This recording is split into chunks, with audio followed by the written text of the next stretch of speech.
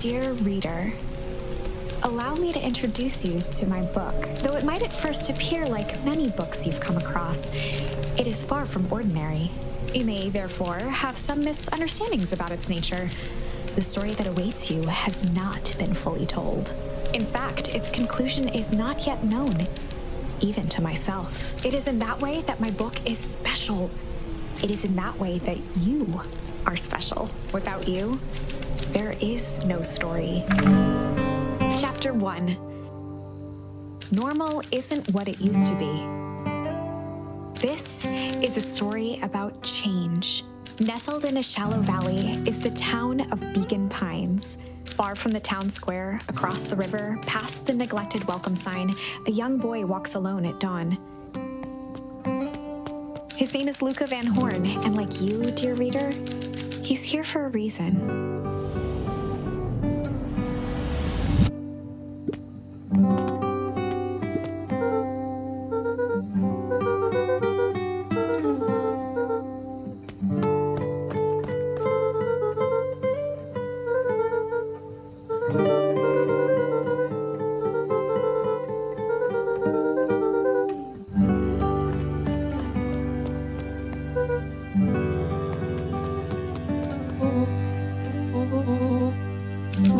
Luca's closest friend. He possessed many fine qualities, but subtlety was not one of them.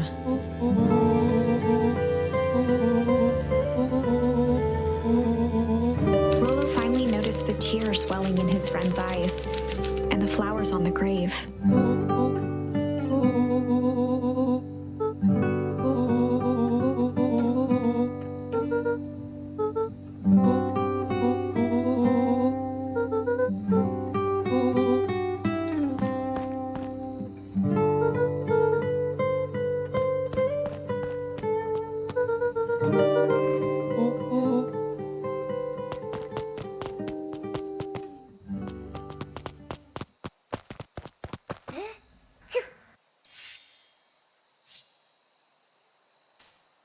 Wonderful!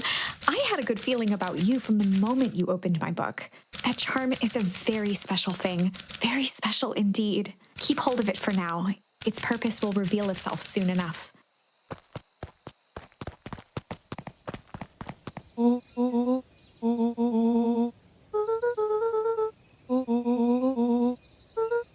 Rollo looked to the side suspiciously.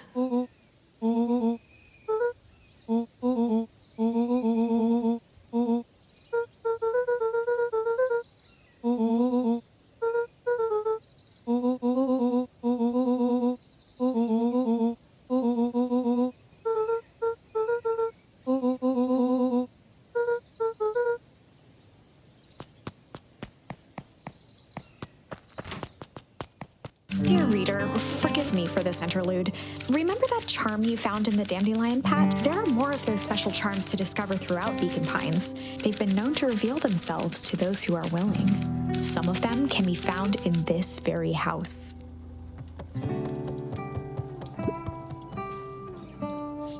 Since Gran had moved in, the house was more peaceful, more orderly, and more covered in flowery fabric.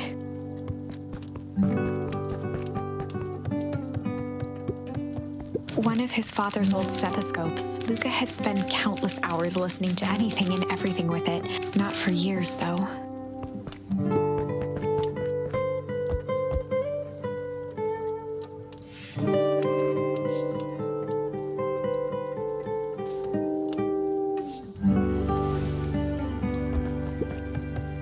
Gran had already lit the fire. She kept a warm house, as if by grandmotherly obligation.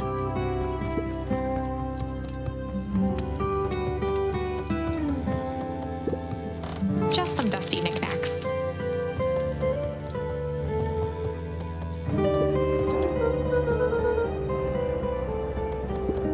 A pair of dull scissors, a broken can opener, a mostly empty bottle of glue, and some loose string.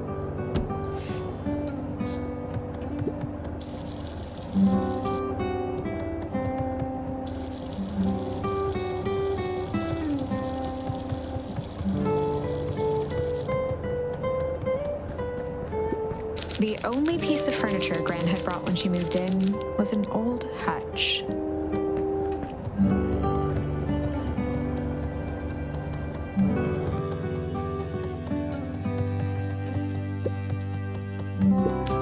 paused at his parents' bedroom door.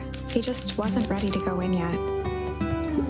Gran had commandeered the upstairs closet when she moved in. "Some things need shelter from a young boy's mischief," she said.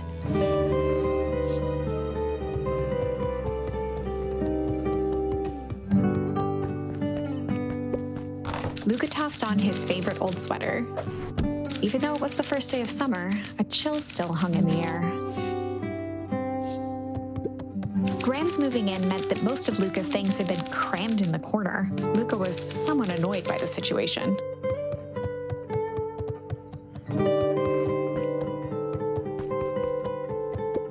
Gran's bed was undisturbed. Luca didn't mind that she had a habit of falling asleep in front of the fireplace. It meant that he could read late into the night.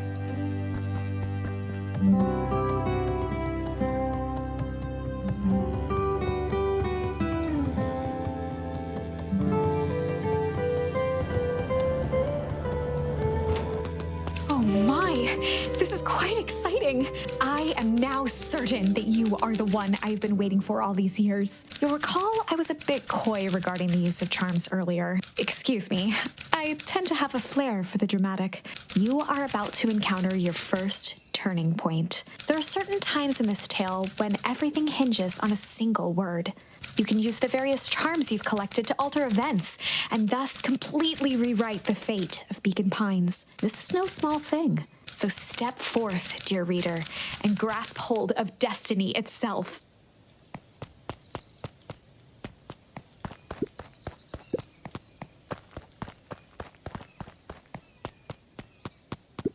A beginner's guide to gardening laid open on the bench.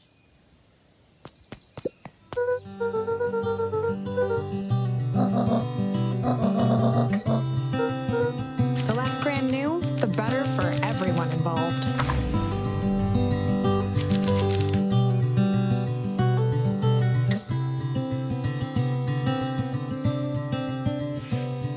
We were just gonna go ponder for the day.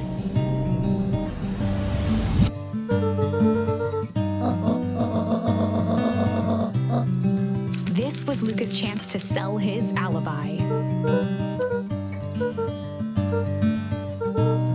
Nailed it.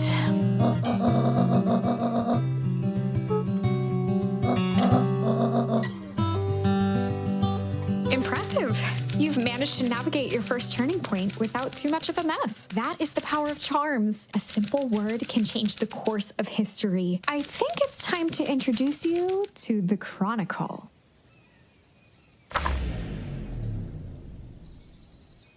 The Chronicle is a record of the decisions you've made.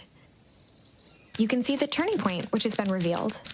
At any time, you can use the Chronicle to go back and invoke different charms, creating new branches. This conversation with Gran seems innocent enough, the perfect opportunity to experiment with rewriting things.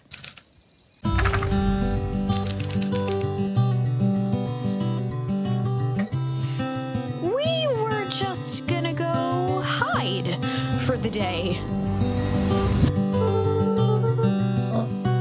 Traditionally, when one is trying to hide something, they avoid literally using the word hide.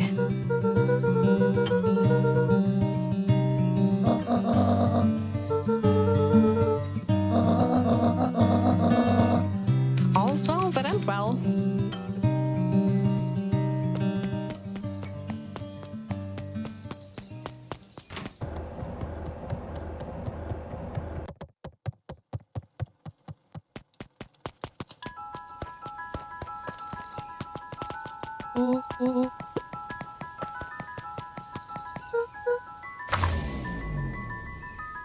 Chapter 2.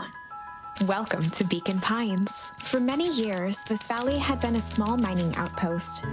It wasn't until Sharper Valentine built his fertilizer company that Beacon Pines was established. Over the next 30 years, the town had grown and prospered until the foul harvest and his sudden death. In the 3 years since, everyone was simply trying to get by.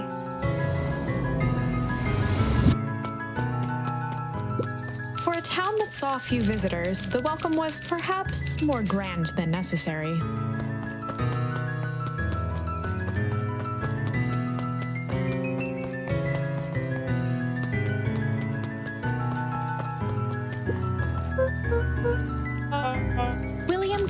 was the CEO of Perennial Harvest Company. He had become a fixture around town over the past few years. After the failing of Valentine fertilizer, the town was hungry to welcome a new source of employment.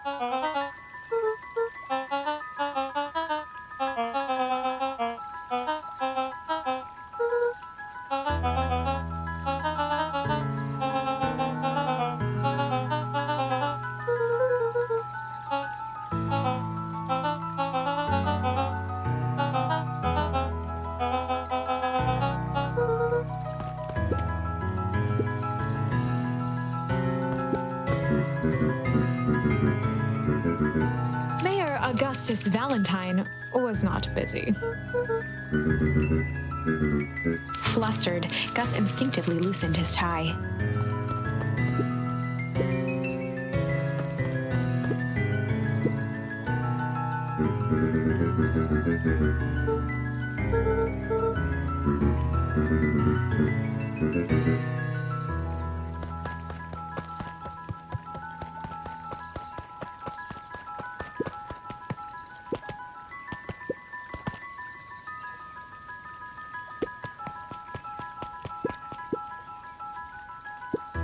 Mr. Sinclair continued snoring and lifted one eyelid just enough to see who it was, a tactic he often used to avoid undesirable conversation.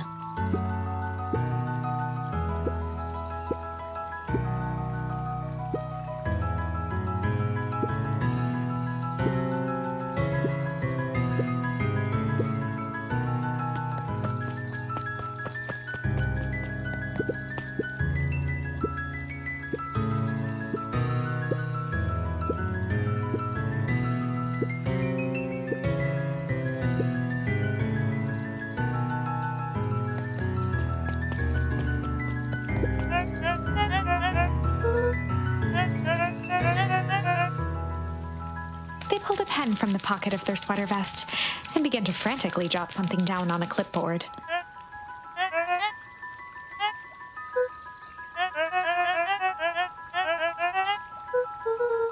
Alex muttered, scribbling more notes.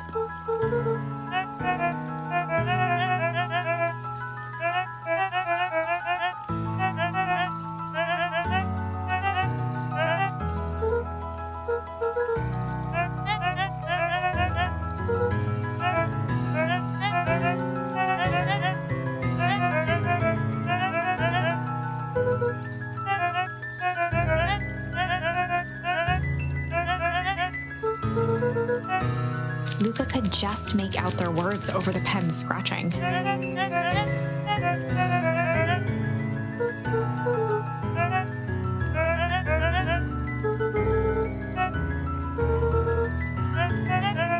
Alex stopped scribbling and glanced up from the clipboard.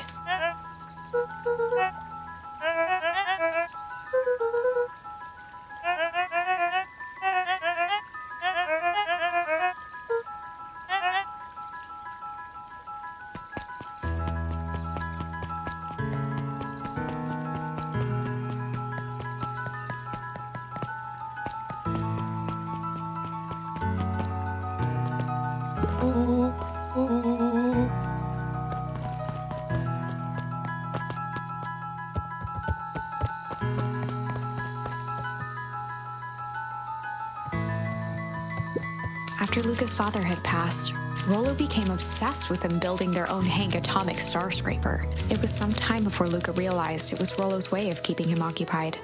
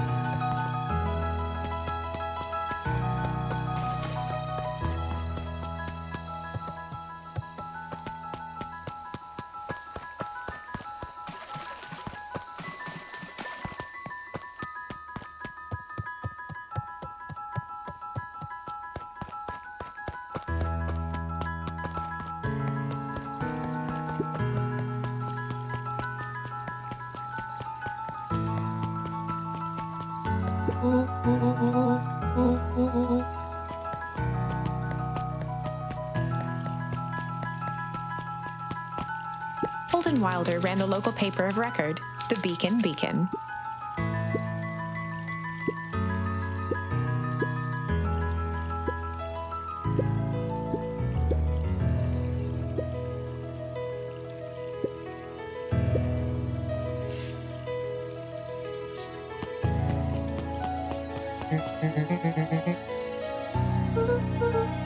Oh, right.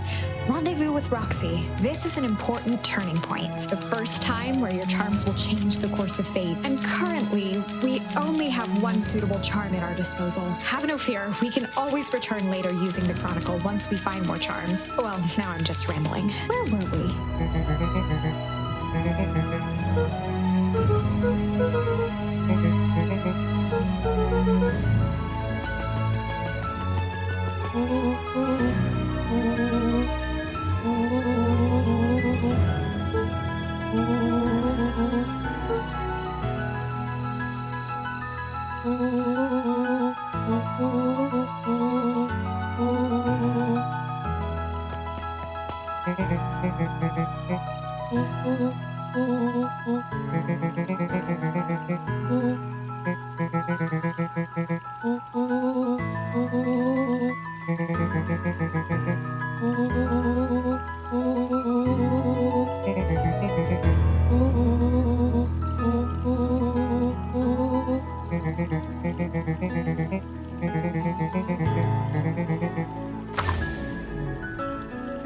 Rolo froze as Roxy took a step toward him, cracking her knuckles. Luca knew he had one chance to save his friend from being dragged home.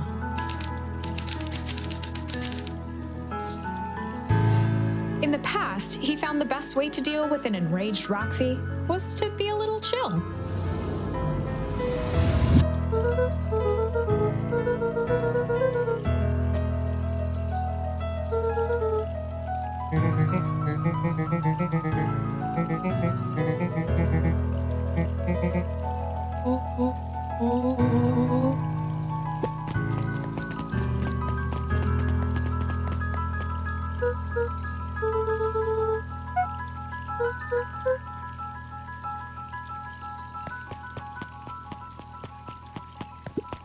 Miss Hatch could often be found near the fountain, too absorbed in a book to be distracted.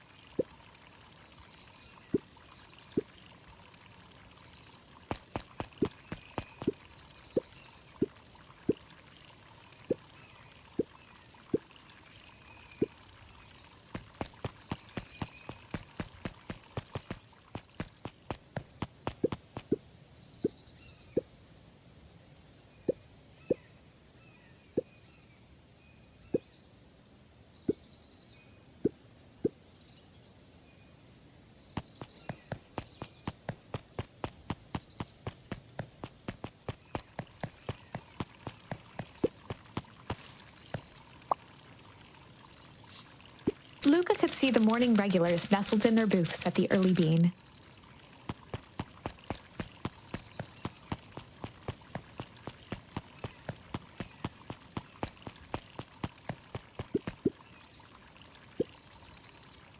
A bit much, if you ask me.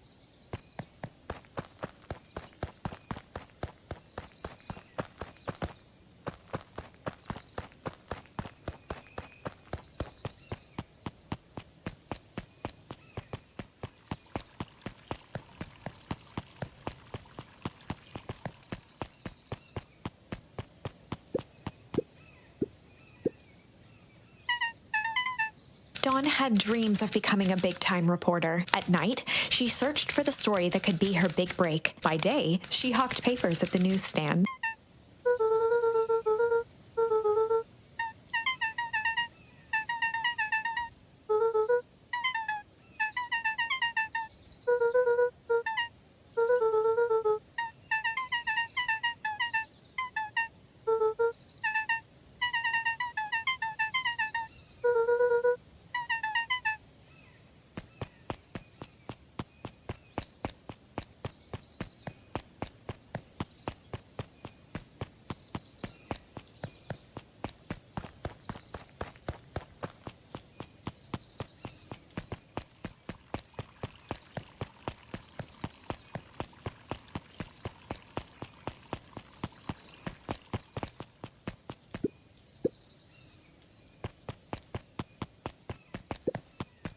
Jeff's hardware closed down about a year ago. The effects of the foul harvest stretched wide. When there are no crops in the field, tractors don't need fixing. Ms. Novak's bookstore was often closed until after lunch. Rummaging through the dusty piles of books was one of Luca's favorite ways to kill time.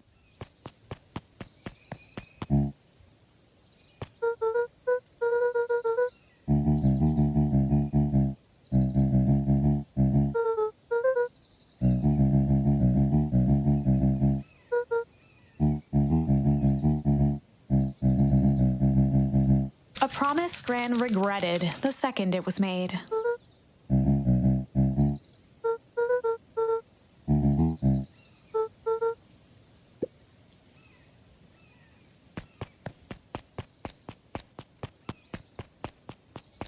The phone booth was brand new, part of the town's Beacon Pines Reborn initiative. It didn't see much use.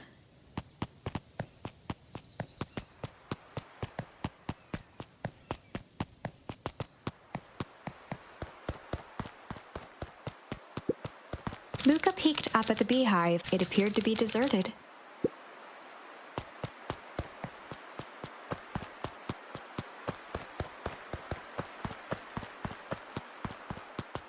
The path led into a small hollow at the edge of Weepwood.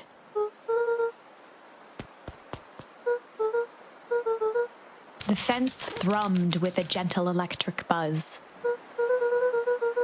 Luca often asked himself what Rollo would do, so that he could rule out that option.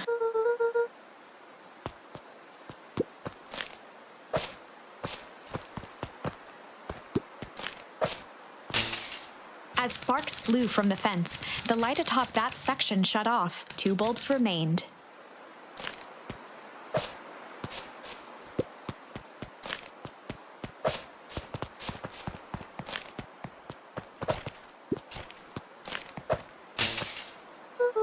One more to go. The fence's buzzing gave way to silence. Every kid in town knew the old Valentine fertilizer building. Long abandoned, the warehouse once served as the industrial heart of Beacon Pines. Now, it stood only as a reminder of things left behind. The dormant building showed strange signs of life. There was only one way to find out.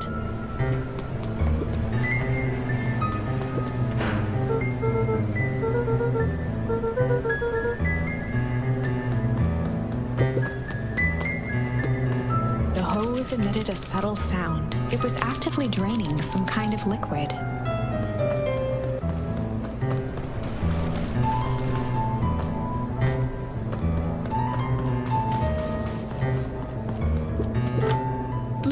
He heard faint sounds coming from the other side of the door. He pressed his ear against the cold metal to hear better.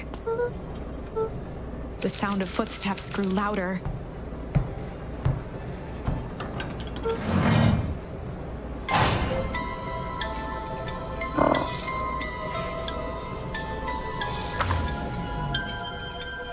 The heavy steel door knocked Luca to the ground. Disoriented, he looked up to see an imposing figure silhouetted in a green glow. It lunged toward him. He tried to scramble away, but felt a gloved hand latch onto his ankle. Luca watched his fingernails leave trails in the dirt as the hand slowly dragged him back through the door into the lab. into the green light.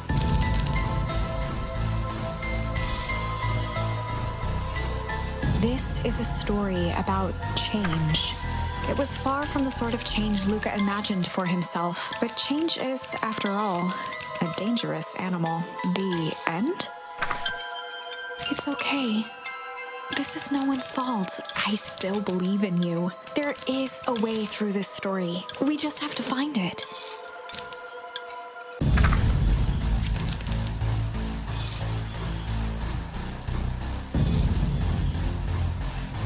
This is a story about change. It was but change. The end?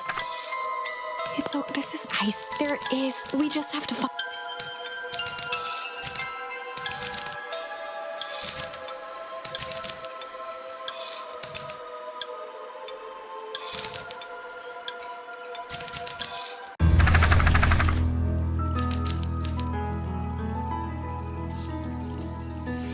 In the past, he found the best way to deal with an enraged Roxy was to be a little shit.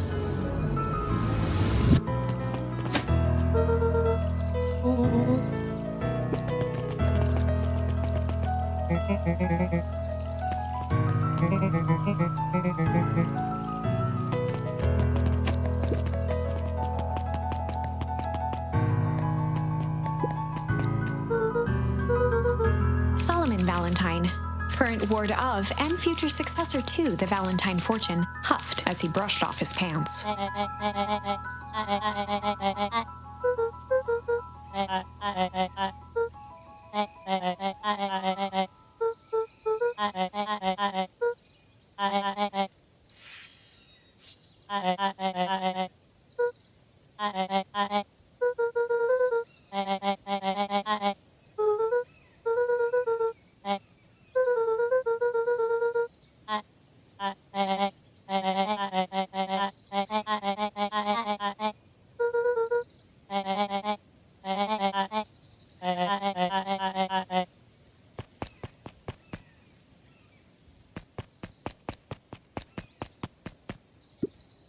Solomon trifled a gesture toward the approaching heiress Valentine.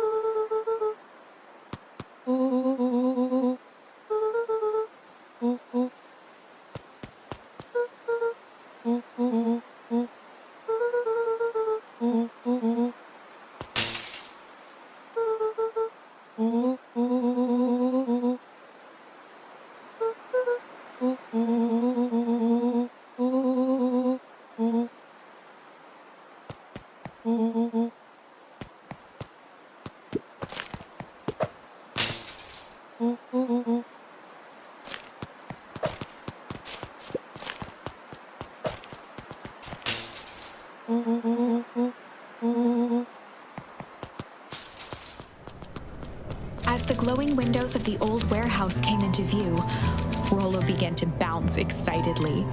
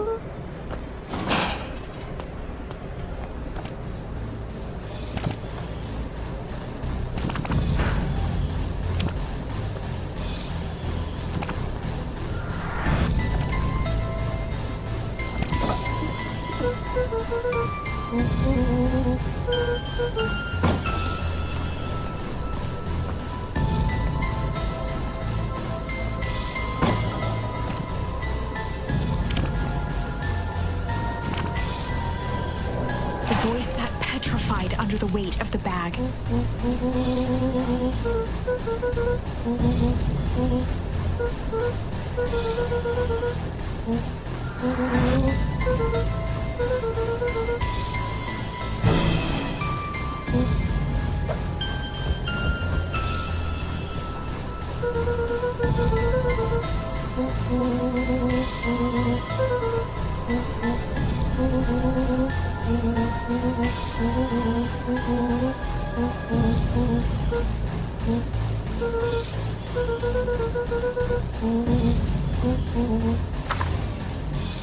Lucas sat in the dark, tracking the sound of Rollo's footsteps as he ran.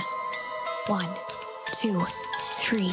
He pressed his ear to the dumpster wall, straining to hear Rollo's footsteps as they faded away. 15, 16, 17. He tried not to think about the contents of the dumpster as he counted. 35, 36, 37. The thick stench made it hard to breathe. Screw it, that's long enough. Luca carefully lifted the lid and peered out. Nothing. No sign of Rollo. No sign of the man in the yellow suit. Time to haul ass. Luca clambered from the dumpster, stumbling to his knees.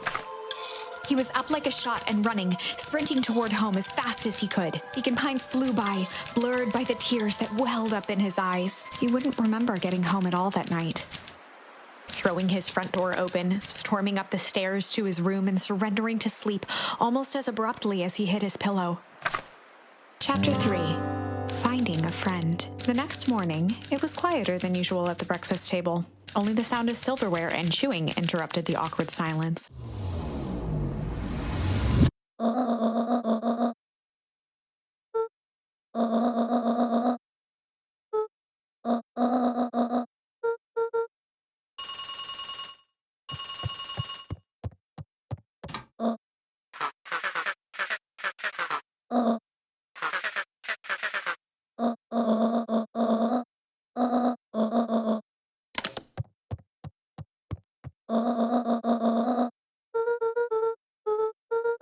Gran's brow furrowed. She let out a long sigh. Her voice was quiet and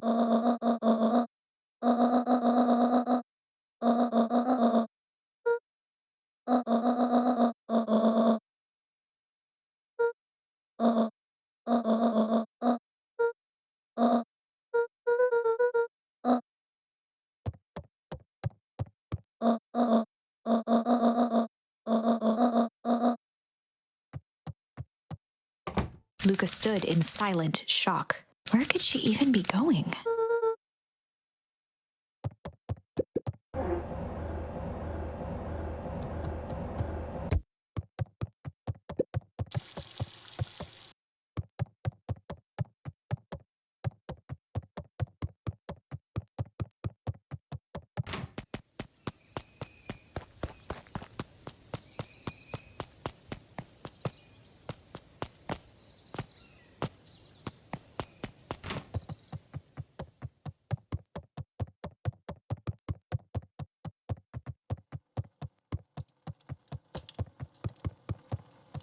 An eerie electronic sound echoed from Luca's bedroom.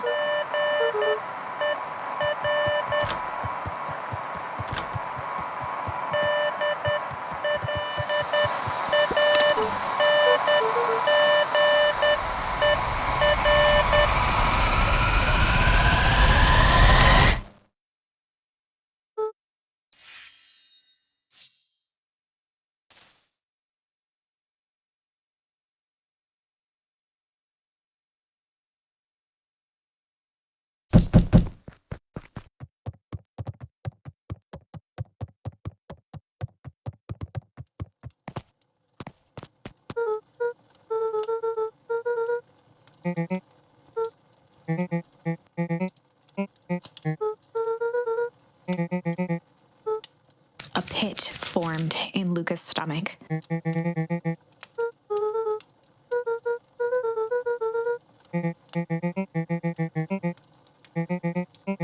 Luca's mouth felt dry.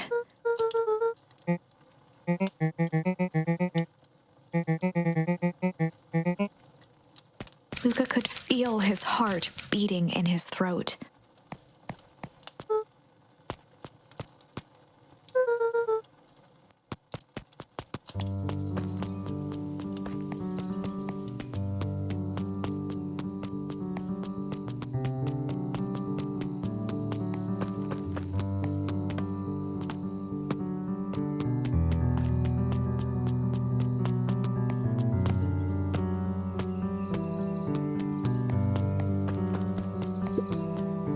leading to Beacon Pines was long and uninspiring, a sort of natural barrier for the impatient.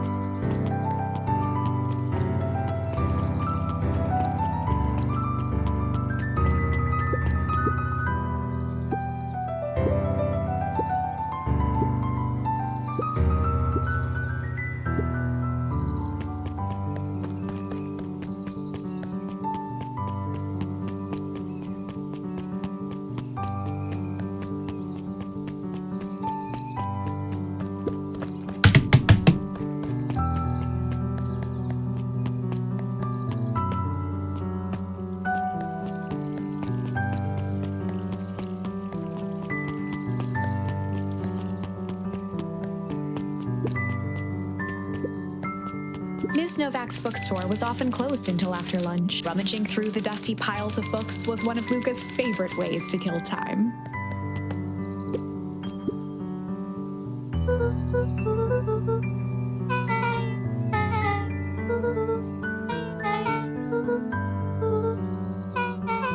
Beck's family moved often, giving her little time to establish any real connection.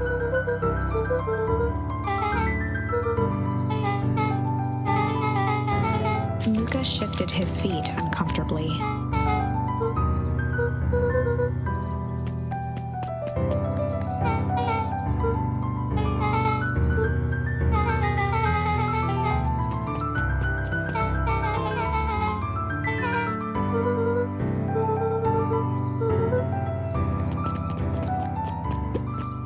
The phone booth was... it didn't...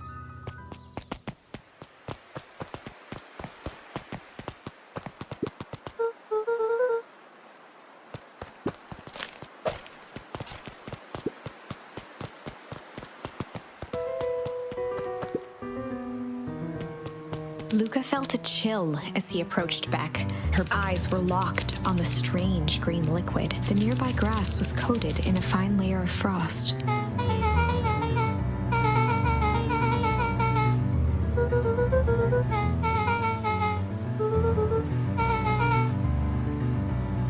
Luca watched as Beck dipped a broken tree branch into the goo. Beck's eyes widened as flowers grew from the dead wood. First small buds, which quickly bloomed into vibrant petals.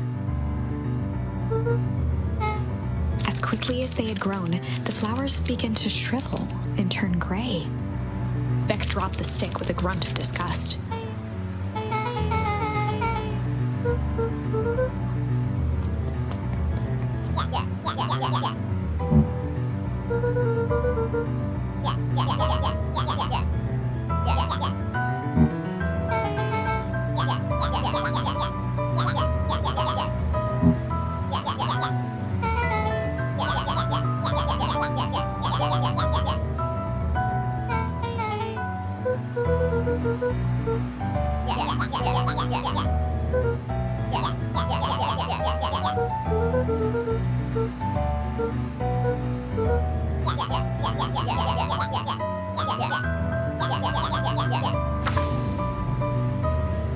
Iggy took a step towards Luca, his sneer lit by the glowing puddle. Beck could see tears welling in Luca's eyes, his fists clenched. Some things about Beacon Pines were very different from the city, but a bully from a hayseed town is really no different from a city bully. Beck took a deep breath and thought.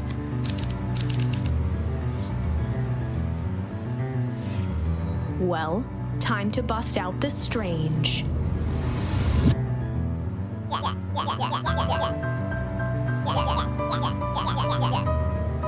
Beck stared in silence, the only sign of life being the twitch of an eye.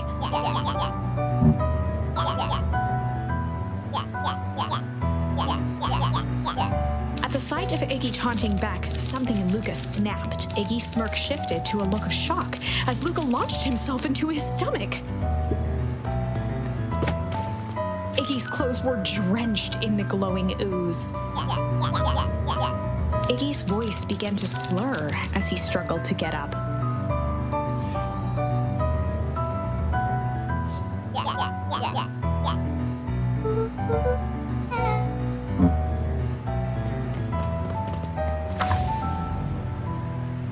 I'm afraid that's the end of this part of the demo, but that doesn't mean there isn't more to discover. Remember, each new charm you found has special power. Just look to the Chronicle. And don't forget to wishlist and follow to find more cool stuff. Most importantly, if you enjoyed the demo, please tell your friends.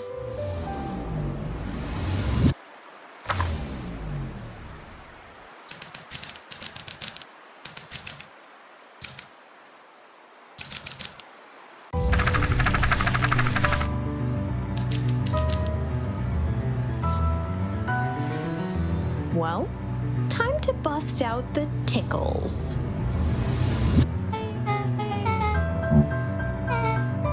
Beck lunged forward and began to tickle under Tish's arms.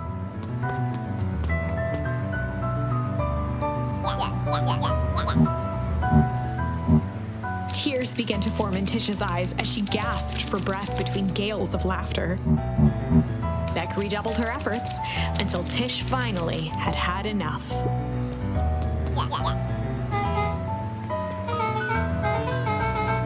Iggy's eyes darted around, a realization dawning on his face that he was now outnumbered.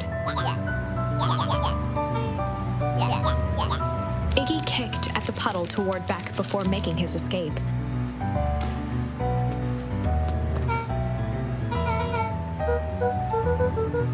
Beck shook the ooze out of her hair as best as she could.